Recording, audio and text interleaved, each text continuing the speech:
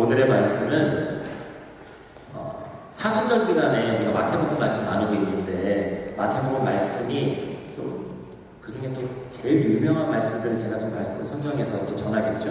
그래서 본문이 좀 정해져 있는데 오늘 말씀은 마태복음 13장, 지난주는 팔복에 대해서 함께 나눴고 오늘 말씀은 마태복음 13장에 나오는 씨 뿌리는 비유라고도 하고 네 가지 밭의 비유라고도 하는 그 비유의 말씀입니다. 먼저 말씀을 이해하기 위해서 이 비유라는 게 뭐냐, 특히나 성경에서 말하고 있는 비유라는 것은 뭐냐, 그것을 우리가 좀 알아야 할 필요가 있습니다. 뭐냐면 익숙하지 않은 것을 설명하기 위해서 우리 주변에 익숙한 것을 가지고 설명하는 거죠. 그게 비유예요.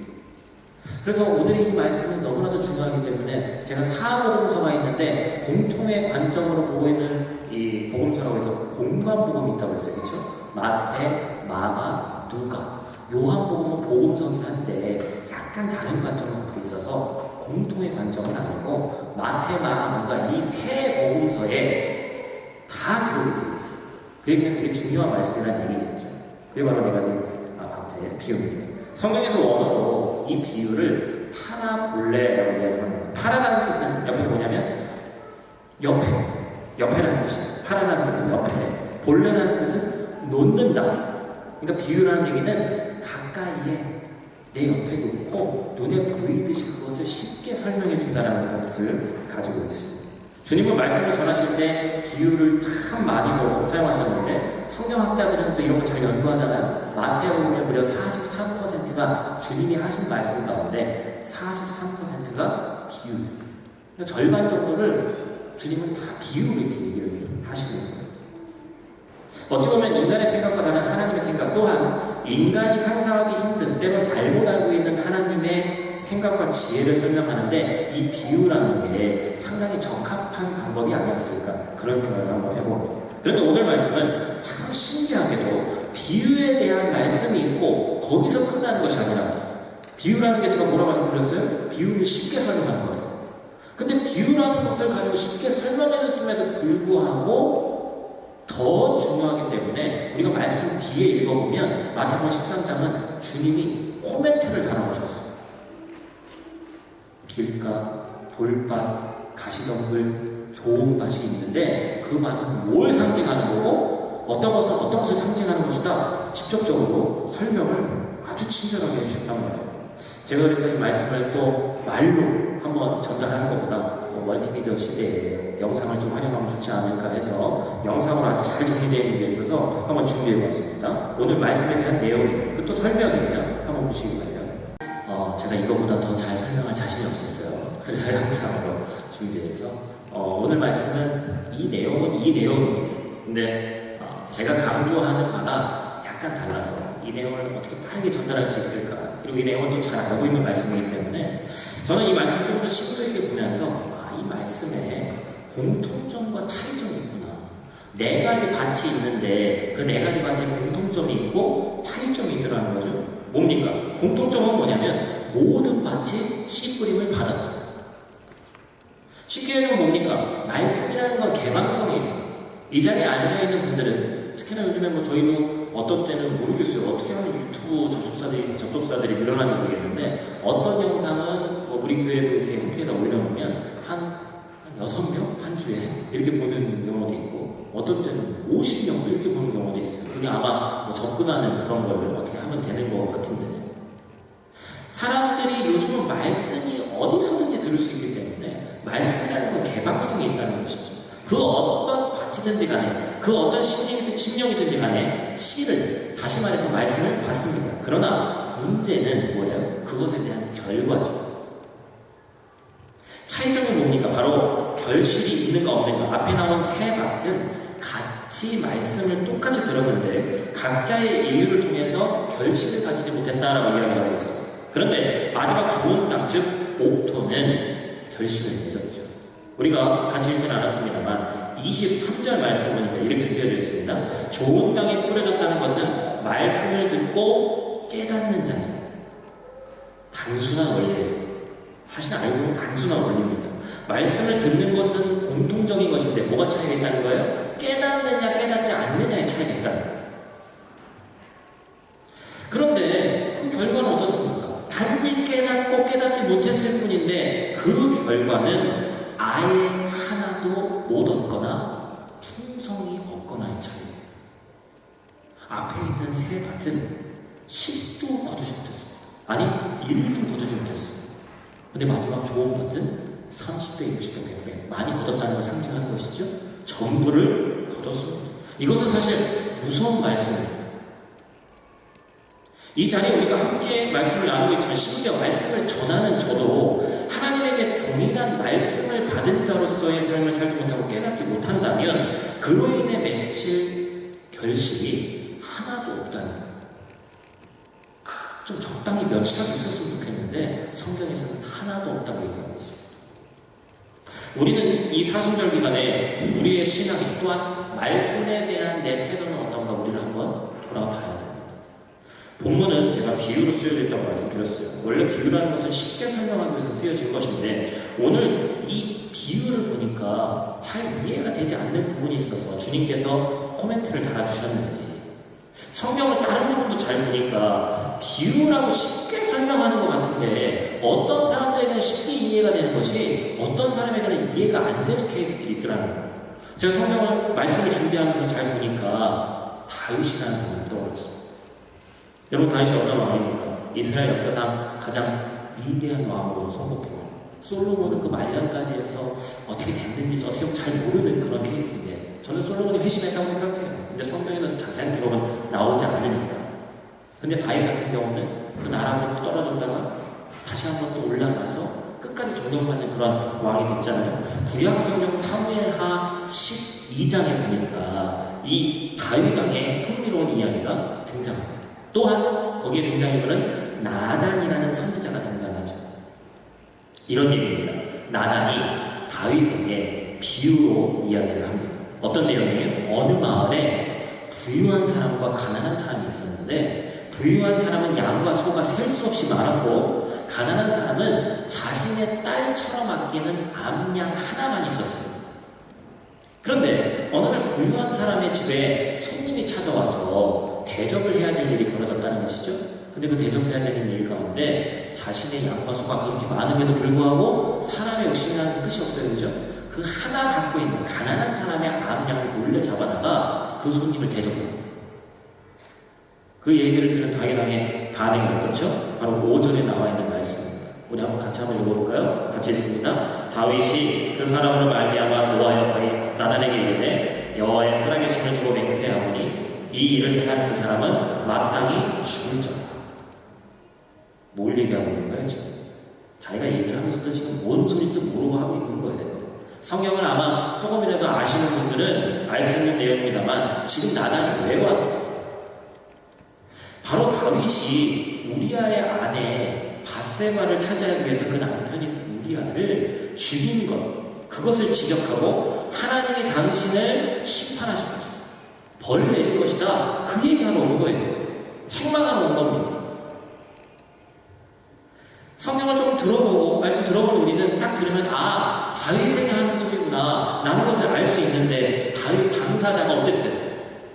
당사자인 다윗은 그 비유가 자신을 향한 비유인지도 모르고 방방 뛰고 있는 거예요. 그 사람을 죽여야 된다고 난리를 치고 있는 겁니다. 나단과 다윗이라는 유명한 또 작품이 있어요. 제가 작가 이름은 너무 어려워서 외우지 못했는데 나단과 다윗이라는 이 작품이 있습니다. 잘 안 보이시나요? 이쪽으로 좀 떨어져서 다윗 왕이 근심을 하고 있고 나단이라는 선지자가 왕 앞에 무슨 무릎 꿇고 있는 것도 아니에요. 당당히 손을 뻗어서 죄를 지적하고 있죠. 표정을 잘 보면 다윗의 표정을 잘 보면 상당히 고뇌하고 있습니다. 내가 그래서 뭐라고 왕으로서 뭐라고 얘기해야 될까? 주변에 있는 사람들의 표정 하나하나를 다 보면요, 밧세바는 저 뒤에 숨어 있고 그런 장면들이 나와요. 우리가 존경했던 다윗이라는 왕이 어떻게 이런 짓을 저질렀을까 하면서 주변을 실망하는 병사들의 모습, 표정까지도 나와요. 여러분 이것을 보고 비유의 양면성이라고 이야기합니다. 비유는요, 들을 자세가 돼 있는 사람에게는 또한 밭의 상태가 좋은 경우 그런 밭에는 아, 나한테 하는 소리구나 라고 들리게 돼 있어요. 그런데 그렇지 않은 경우에 전혀 무슨 소리인지 깨닫지를 못한다는 거예요. 오늘 본문 한번 다시 한번 보시기 바랍니다. 마태복음 13장은 단순히 씨 뿌리는 비유를 통해서 알 수 있는 네 가지 마음의 상태에 대해서 끝나는 말씀이 아닙니다.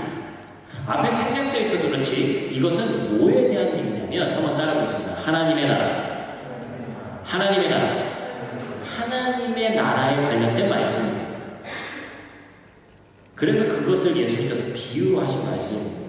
오늘을 사는 신자들은 오늘 본문을 보고 많이 설교도 들었기 때문에 천국에 대해서 예수님이 하신 말씀이구나 생각하고 들을 수 있지만 예수님 시대의 바리새인, 사두개인, 서기관 이런 사람들은요 이 교만한 사람들에게는 전혀 자신에게 하는 소리처럼 들리지 않습니다. 그래서 성경에 자주 나오는 표현이죠. 9절 말씀에 보니까 오늘 읽은 말씀 가장 마지막에 뭐가 등장하죠? 귀 있는 자는 들으라. 여러분 귀 없는 사람은 어디 있습니까? 귀 없는 사람은 어디 있어요? 그래서 뭘 의미하고 있는 거예요? 영적으로 어두워지면 분별력이 없어지고 그 귀가 들어도 들을 것 같지 않게 되더라는 겁니다. 비유는 쉬운 건데 그 마음이 완악한 자에게는 신기하기만큼 그 사람만 모르는 이야기가 돼요. 어떻게 그 말을 모를 수 있을까? 근데 그 사람만 모르는 거예요. 주중에 한 프로그램을 봤습니다. 이게 한국 사람들과 교제할 일이 많지 않아서 그런지 세상이 깜빡해서 그런지 웃을 일이 별로 많지 않아서 예능 같은 걸 보면 저 옛날에 무한도전 한참 많이 봤었는데 다시 안 한다고 그러죠. 어찌나 실망이 큰지 몰라요. 그런데 예능 같은 걸 보는데 저는 그냥 웃는 것도 좋지만 뭔가 좀 교훈을 주는 게 좋더라고요.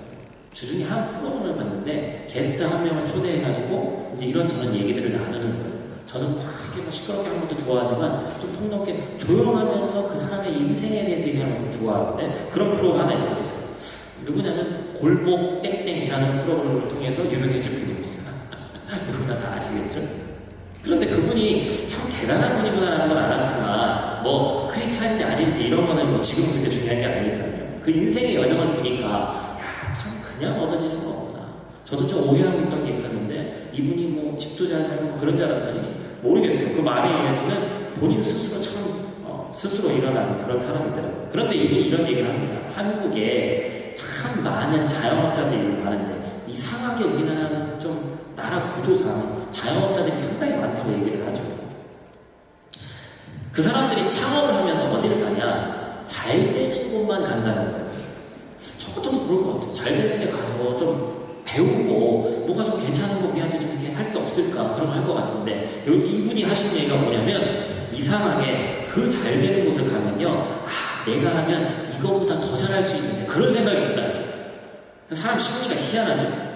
잘 되는 곳에서 잘 되는 것만 배우는 게 아니라 비난하고 저건 왜 저런 거 못하지? 난 더 잘할 수 있는데 이런 마음이 들더라는 거죠. 그래서 하는 말이 안 되는 것도 가봐라. 진짜 가게 되면 깜짝 놀란다는 거죠. 뭐 때문에 놀랄까요? 저는 장사가 저렇게도 안 되는 데가 있구나 해서 놀란다는 줄 알았더니 특히 우리나라 같은 경우는 너무나 같은 그 종목들도 많고 하다 보니까 안 되는 데라고 해서 갔는데 첫 숟갈을 떠서 먹어보는 순간 너무 맛있어서 놀랬다는 거예요. 나보다도 혹시 더 잘하는 것 같은데 여기는 왜 안 되나? 그래서 놀랬다는 거예요. 그럼 뭔가 이유가 있겠죠? 그 이유를 찾아라. 그리고 중요한 것은 피라미드를 한번 그려보라. 어느 정도 상중하 뭐 이 정도로 나눠서 나는 어느 정도에 위치하고 있다. 내가 생각하는 게 여기에 적합한 건가? 특히나 우리나라 같은 이 경제 통닭집이 있는데 통닭집이 무슨 100m 상간에 한 5개, 6개가 있어요. 우리나라는 자영업을 하면 쉽게 일어날 수 있는 나라가 아닙니다. 근데 자영업을 그렇게들 많이 한다는 거죠. 많은 것들을 고려해서 현재 내가 하고 있는 가게가, 하려고 하는 가게가 어디에 위치하는지를 정확히 분석해야 된다는 거예요. 너무 이상적이지는 않은가? 과연 이 동네에 적합한가? 그런데 창업을 하는 사람들한테 물어보니까 100명 99가 피라미드에 어디 위치하고 있는 거예요? 자기 자신이 자기 일을 생각할 때 다 꼭대기. 나는 만들기만 하면 무조건 잘한다. 이건 될 수밖에 없다. 그렇게 생각하고 있다는 거죠. 아주 기발하다고 생각한다는 거예요. 근데 여러분 특히나 한국은 웬만한 것들이 다 누군가는 생각했던 것들이에요. 웬만하면 다 있고 그 사람보다 잘하는 사람이 수준 빽빽하다는 거예요. 그래서 내 위치가 어디에 있는지를 정확히 파악하는 것이 사업의 기본이다. 그렇지 않으면 그 창업은 힘들다. 여러분, 이것을 우리의 영적인 것으로 대비해서 말하면 뭡니까? 우리 그리스도인들에게 우리 눈에 보이지 않는, 그러지 않을 뿐이지 신앙을 평가하는 피라미드가 있다는 거예요. 내 눈에 보이지 않지만 하나님에게 그 피라미드가 있는데 내가 어디에 위치하고 있는 사람이냐, 객관적으로 나를 바라봐야 될 필요가 있는 거죠.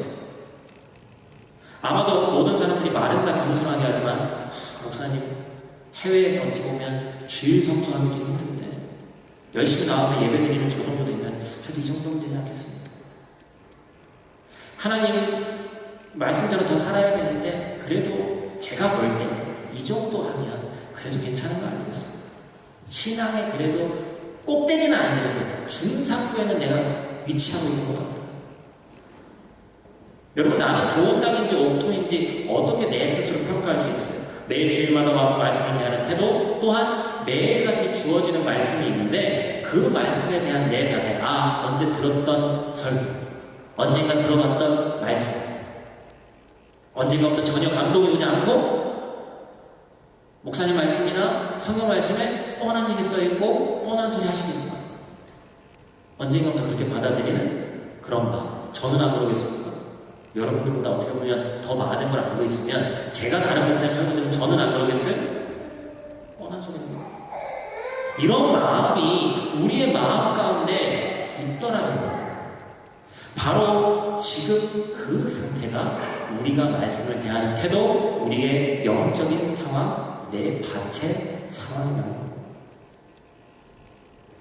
여러분, 오해하지 마시고 그래요. 오늘 이 말씀이 단순히 내가 좋은같이 돼야지, 제가 목사인지라 목사 말씀 잘 들으면 복이 옵니다, 그런 내용이 아니에요.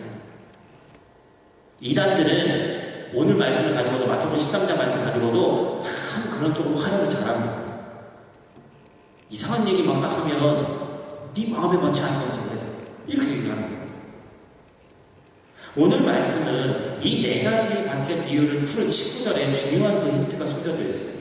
19절 말씀 보니까 아무나 천국 말씀을 듣고 깨닫지 못할 때, 제가 중간에 말씀드렸죠? 이 말씀은 하나님 나라에 대한 말씀입니다.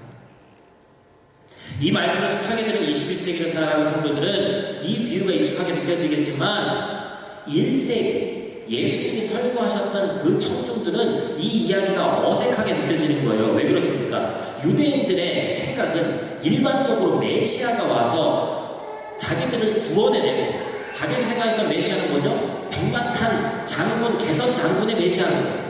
그 메시아가 와서 자기들을 구원해내면 하나님의 직접적인 통치가 이 땅에 일어나고 로마가 자신들을 압제했던 모든 사람들은 단칼에 없어져야 되는 거예요. 그게 자신들이 생각한 메시아입니다. 그래서 그 메시아가 이스라엘을 다시 세우고 예루살렘에서 왕으로 즉위할 것이다. 이게 1세기를 살아가고 있는 유대인 머릿속에 있는 메시아 상입니다. 만일 하나님의 나라가 이 사람들의 생각대로 전쟁을 통해서 왔다면 이런 일이 벌어질 거예요. 어제 밤까지는 로마의 통치를 받았는데 일어나 보니까 메시아가 전쟁에서 승리했고 이스라엘 왕국의 시민이 됐어요. 간밤에 어느 지역에서 일어난 전쟁의 결과 때문에 나의 의지와는 상관없이 하루아침에 하나님 나라라는 그 나라의 백성이 된 거예요. 그러나 오늘 본문을 보니까 예수님은 하나님의 나라가 전쟁을 통해서 오는 것이 아니라 뭘 통해서 온다고요? 하나님의 말씀의 씨를 통해서 온다고 얘기하고 있습니다. 이 내용이 1세기를 사는 유대인들의 머릿속에 이해가 안 돼요. 이 점에서 예수님은 하나님의 나라가 유대인들이 기대한 하나님 나라와의 도래의 방식과 너무나도 다르다고 얘기합니다. 여러분, 실예로 지금도 유대인은 메시아가 왔어요? 안 왔어요? 안 왔죠. 우리가 2000년 넘게 이어져 있는 예수 그리스도에 대한 신앙이 유대인들은 부정하죠. 메시아가 오지 않았습니다. 그들은 말씀을 먼저 들었고 심지어 선민이 됐고, 이것은 전혀 중요한 게 아니에요. 그 많은 말씀을 들어도 깨달음이 없으면 그 마음은 길가, 돌밭, 가시밭 같은 마음. 당연히 알아듣고 자신을 향한 그 많은 말씀도 전혀 자신을 위한 말씀이 아닌 남을 위한 말씀처럼 들리는 거예요. 말씀을 대하는 여러분 마음의 박해 상태가 어떤지 신앙의 피라미드를 한번 그려보시기 바랍니다. 나는 어디에 있는지 객관적으로 평가해야 됩니다. 그런 면에서 우리의 마음을 이 밭이라고 비유하고 있는 본문은 탁월합니다. 1세기의 이스라엘 사람들의 농사법을 보면 오늘 본문 말씀이 여러분 좀 약간 이해 안 되는 부분도 있을 거예요. 우리 농사법은 어떻습니까? 좀 이렇게 밭을 일궈서 농부가 좀 조심해서 뿌려야 될 거 아니에요. 최대한 밖으로 나가는 것 없이. 그런데 1세기의 이스라엘 농사법은 어떻다고요? 그냥 황무지 같은 막 돌도 있고 별별 게 다 있는 그냥 거기다가 뿌립니다. 뿌린 다음에 그 다음에 좋은 밭으로 경작을 하는 순서가 달라요. 그렇기 때문에 이런 일이 벌어지는 거예요. 오늘날하고 반대죠. 사실 처음부터 옥토라는 것은 그래서 존재하지 않습니다. 기경하는 자의 손길이 필요하고 돌도 걸러내야 되고 때로는 같이 자랐던 가시덤불도 잘라내야 되는 거예요. 때로는 퇴비도 비료도 줘야 되는 겁니다. 그냥 주어서는 절대로 좋은 것이 될 수 없습니다. 여러분 우리 마음에 신앙의 밭도 마찬가지입니다. 하나님의 말씀으로 기경이 돼야 되는 거예요. 가만히 있는 건 가만히 있는 게 아니라 후퇴합니다. 나를 향한 비유를 듣고도 모르고 있는 다윗, 또한 예수님 시대의 머리에 성령 지식만 가득 차 있는 자, 그 모습이 바로 저와 여러분들이 아닌지 그걸 한번 돌아봐야 되는 거죠. 그리고 내 생각과 하나님의 계획이 다르다는 것을 분명히 인지해야 됩니다. 그것을 깨닫지 못하면 말씀을 먼저 들었어도 심지어 선민이었어도 아직도 메시아 그리스도께서 오지 않았다고 얘기하는 유대인들과 다를 바가 없어요. 여러분 우리가 말씀을 들으면서 유대인들 참 안타깝다. 선민이었는데 하루 끌끌 차면서 얘기하잖아요. 주님이 오셔서 유대인하고 똑같다고 하면 어떨까요? 물론 유대인들 중에도 지금 회심이 일어나고 놀라운 일들이 벌어지고 있습니다. 유대인 전체를 그렇다고 얘기하는 건 아닙니다. 제가 아까 말씀드렸다시피 오늘 본문은 이단들이 참 좋아하는 본문입니다. 왜냐하면 비유로 말했지만 숨겨져 있는 것이 있기 때문에 그렇습니다. 그러나 그 반면에 우리에게 명확히 하시고자 하는 말씀이 있어요. 천국 백성, 하나님 나라의 백성이 된 우리는 우리가 가서 죽어서 가는 내세적인 천국도 물론 중요하지만 이 땅에서 하나님의 말씀을 듣고 내 마음에 맞추 옥토로 기경되면 이 땅에서도 하나님의 나라를 경험할 수 있다. 그래서 하나님의 나라가 온다라고 표현하고 있는 거예요. 목사에게는 의무가 있습니다. 성경을 제대로 읽고 제대로 해석해서 좋은 씨를 뿌리는 거예요. 또한 성도에게도 의무가 있습니다. 말씀을 들으러 오기 전에 또한 들으러 와서 계속해서 말씀을 듣는 도중에도 내 마음을 옥토로 다지기 위한 그러한 작업이 필요합니다. 그래서 반드시 결심되는 성도의 삶을 살아야 되는 거예요. 성전 밖을 나가는 순간 잊혀지는 말씀만 남아서는 안 되는 거예요. 어느 대형교회 목사님이 우리 교회는 아직 크지 않아서 그런 일은 없는 것 같습니다만 이런 얘기를 하는 걸 제가 봤어요. 카톡이나 메일로 이런 내용을 참 많이 받는다고 합니다. 아주 기분 나쁘도록 목사님 오늘 설교 나들으라고 한 얘기죠? 그런 얘기를 많이 받는데요. 교인이 한 3,000명 정도 되는데 나들으라고 한 얘기죠. 하루에 한 몇 통씩 받는데요. 여러분 어떻습니까? 설교 누구 들으라고 하는 거 맞나요? 맞죠. 여러분 한 명 한 명 들으라고 하는 거예요. 목사님이 제대로 된 목사가 맞다면 혹여나 한 명 한 명을 저격하는 그러한 설교가 아니라면 누구에게나 공통되는 그런 말씀이라면 혹여나 찔린다면 아 내가 영적으로 아직 살아있구나 기뻐해야 되는 거지. 목사님 나한테 한 소리죠? 이게 아니라는 거예요. 또한 더불어서 하나님이 일하시는 방법이 제가 누차 말씀드리지만 우리의 생각과는 다르다는 걸 인정해야 됩니다. 밀레, 만종이라는 그림을 그린 프랑스 작가 밀레라고 있습니다. 밀레라는 사람이 저도 이번에 알았는데 씨 뿌리는 농부라는 그런 작품을 그렸습니다. 이렇게 나와 있는데 이것도 좀 저도 오늘따라 화나네요. 어떤 거 있냐면 이 농부가 제가 오늘 주보 서두에도 좀 써놨어요.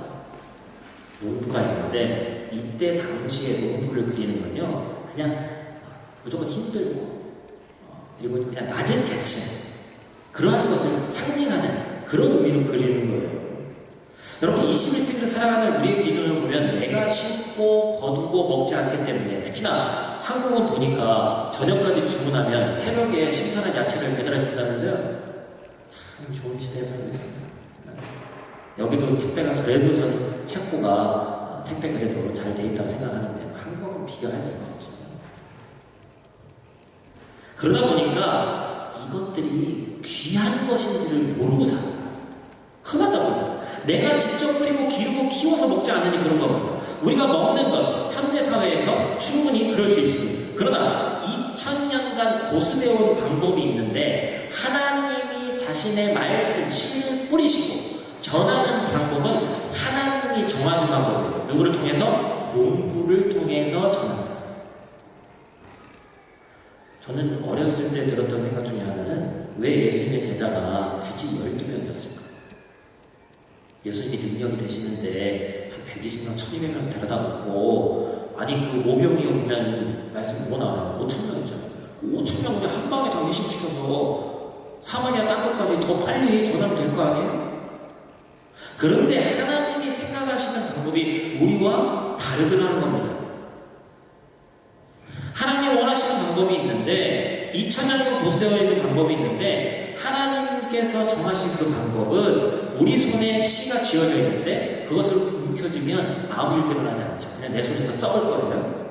그런데 씨를 뿌려서 심어도 성경에서 뭐라고 표현하고 있습니까? 하나님의 미랄이 떨어져서 썩었는데 그 썩은 것을 통해서 어떻게 되는 거예요? 결실이 맺어지는 거예요. 눈에 보이지 않게 되는 것은 둘 다 동일합니다. 내 손에 움켜쥐고 있어도 썩어서 없어지는 것이고 땅에다 심어도 내 눈에 안 보이니까 썩어서 없어지는 건데 그 결과는 아예 어떤지 30배, 60배, 100배의 결실이 맺든지 완벽하게 차이가 나는 거예요. 그래서 우리는 이 말씀을 신뢰해야 됩니다. 고린도전서 1장 25절 말씀 뭡니까? 한번 같이 읽어보겠습니다. 하나님의 어리석음이 사람보다 지혜롭고 하나님의 약하심이 사람보다 강하다. 하나님에게는 정한 방법이 있다. 할렐루야. 그럼 그것을 신뢰해야 됩니다.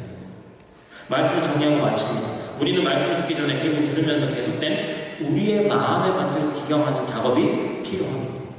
때로는 좋은 날씨 가운데 이제 봄이 오면 어때요? 충곤증 있고 막 피곤하고 또 어제 있었던 그런 업무와 여러 가지 것 때문에 예배에 집중할 수 없는 환경도 있고 오늘도 어떤 지체한테 연락받았는데 또 무슨 사건이 터졌어. 그걸 막 처리하기 위해서 이거 교회에 올 수 있나 없나 전전긍긍할 수밖에 없어. 해외이기 때문에 더 그래요. 주일 성수 한다는 게 쉬운 일이야. 그런데 어떻게 하면 내가 예배에 참석해서 말씀을 들을 수 있을 것인가? 사모하는 마음으로 계속해서 나아갈 때 설사 예배에 못 온다 하더라도 그 마음을 하나님이 아시고 또한 예배에 나왔을 때는 그 잠을 통해서 내 마음에만 정화되어 있는 거예요. 목표가 되어 있는 거예요. 왜냐하면 사모함이 있었기 때문에 그렇습니다. 근데 아무런 사모함이 없고 그냥 습관처럼 나와서 있는 것은 여러분 습관처럼 잘하는 사람들 누구예요? 바리새인, 사두개인, 서기관들하고 습관처럼 기도하고 습관처럼 금식하고 물론 그것도 어떻게 눈에 보기엔 대단하게 들릴 수 있죠. 그 정도도 안 되는 사람들 많죠. 그런데 하나님이 그것을 기뻐하시겠다는 거예요. 여러분 어느샌가 하나님의 생각조차 무시한 내가 만든 복음 안에서 살아가는 스스로 자족하는 신앙에 빠져서는 안 됩니다. 해외에서 이 정도면 되겠지. 이런 마음은 아니에요. 모태신앙 또한 주일 성수 한 번 잘했다고 하는 그 자족하는 내 삶이 절대로 하나님의 나라를 나에게 선물해주지 않습니다. 매일 주어지는 말씀으로 치열하게 살아야 되고 또한 내 삶의 하나라도 그 말씀을 적용하려고 애써야 돼요. 내가 길가가 아닌지 내가 돌밭이 아닌지 내가 가시밭이 아닌지 내 마음의 소유자가 내 마음이 어떠한 상태인지를 매일같이 점검하면서 나가야 돼요. 여러분 사탄이 제일 좋아하는 것 중에 뭐가 있죠? 무감각. 어느새 그렇게 살다 보니까 주일 성수 안 하는 것도 무감각하죠. 그냥 아무 감각 없이 살게 되는 거예요. 농부가 밭의 상태를 정확히 알아야 결실을 맺을 수 있듯이 나의 삶의 내 신앙의 위치가 어디인지를 정확히 알아야 되는데 그것은 하나님의 말씀으로만 가능합니다. 그래서 말씀을 들을 때 믿음이 생깁니다. 들으면서 믿음이 생기면서 내 삶을 돌아볼 수 있게 되는 거예요. 더불어 하나님의 일은 하나님의 정하신 방법이 있습니다. 복음이 전달되는 방식이 그래요. 하나님은 마지막 시대에 하나님 나라의 확장을 위해서 저와 여러분들을 선택하신 줄 믿습니다. 제가 왜 많은 나라 중에 굳이 체코일까? 그 말씀 드리죠. 한국에 있을 수도 있고, 근데 굳이 체코라는 나라에 와서 하나님 왜 보내셨을까? 성경에서는 분명히 기록하고 있어요. 너희에 대해서 특별한 계획이 있다. 그럼 특별히 그냥 여기 와서 잘 먹고 잘 살라고 보냈겠어요? 우리가 그리스도인인데? 그리스도인은 하나님의 선민이 돼서 선택받은 백성은 특별한 하나님의 계획이 있습니다. 나만 돌아오는 사람은 참 안타까운 인생인 거예요. 그것을 아직도 깨닫지 못하고 있다면 오늘 본문 9절 말씀처럼 귀 있는 자는 들으라. 아직도 못 깨닫고 있는 거예요. 그 비유가 나를 향한 비유인데 그걸 나만 모르고 있는 거예요. 오늘 전해진 이 말씀을 듣고서 이 땅에서 내가 해야 할 일이 무엇인지 진지한 신앙의 고찰이 있는 한 주가 되시기 바랍니다. 여러분, 하나님 나라가 도래하는데 우리가 내세적인 하나님 나라가 좋은 게 있습니다. 뭐냐면 당장 내일 지구에 종말이 있다고 하면 내가 소중히 아끼는 내 주변에 교회 다니지 않고 하나님 모르는 사람들한테 우리가 전하겠어요? 안 전하겠어요? 내일 끝난다. 기한의 리미트가 정해져 있어요. 그럼 전하죠. 근데 우리가 이렇게 여유 있는 건 뭡니까? 내 생각에도 하나님 나라가 그렇게 빨리 올 것 같지 않거든. 안정감이 있고 이 땅에서 살아갈 때 여기가 좋사오니 하고 있거든. 그렇지 않죠. 하나님 나라는 급하고 강한 바람처럼 때로는 도적같이 임한다고 하죠. 여러분, 우리에게 남겨져 있는 이 땅에서의 삶이 얼마인지 모르겠어요. 그리고 그 이전에 우리가 이 땅에서 하나님 나라를 이루어야 되면 내가 전해야 돼. 내가 하나님의 말씀을 또한 퍼뜨려야 될 농부와 씨를 뿌리는 자로서의 역할을 해야 될 사람들이 있다는 것을 잊지 마시기 바랍니다. 체코 프라하라는 유럽 땅까지 와서 우리끼리 좋고 우리끼리 끝나는 거. 제가 하나님이다. 죄송합니다. 이런 표현 써서 제가 하나님이라고 해도 그렇게 보내지 않아요. 여러분들 한 명 한 명에게 특별한 하나님의 계획이 있고 여러분 한 명 한 명을 귀한 말씀의 씨로 크게 쓰신 줄 믿습니다. 우리는 30배, 60배, 100배의 결실을 맺을 수 있습니다. 그 말씀을 믿고 신뢰하며 이번 한 주 승리하는 여러분 되시기를 주님의 이름으로 축원을 드립니다.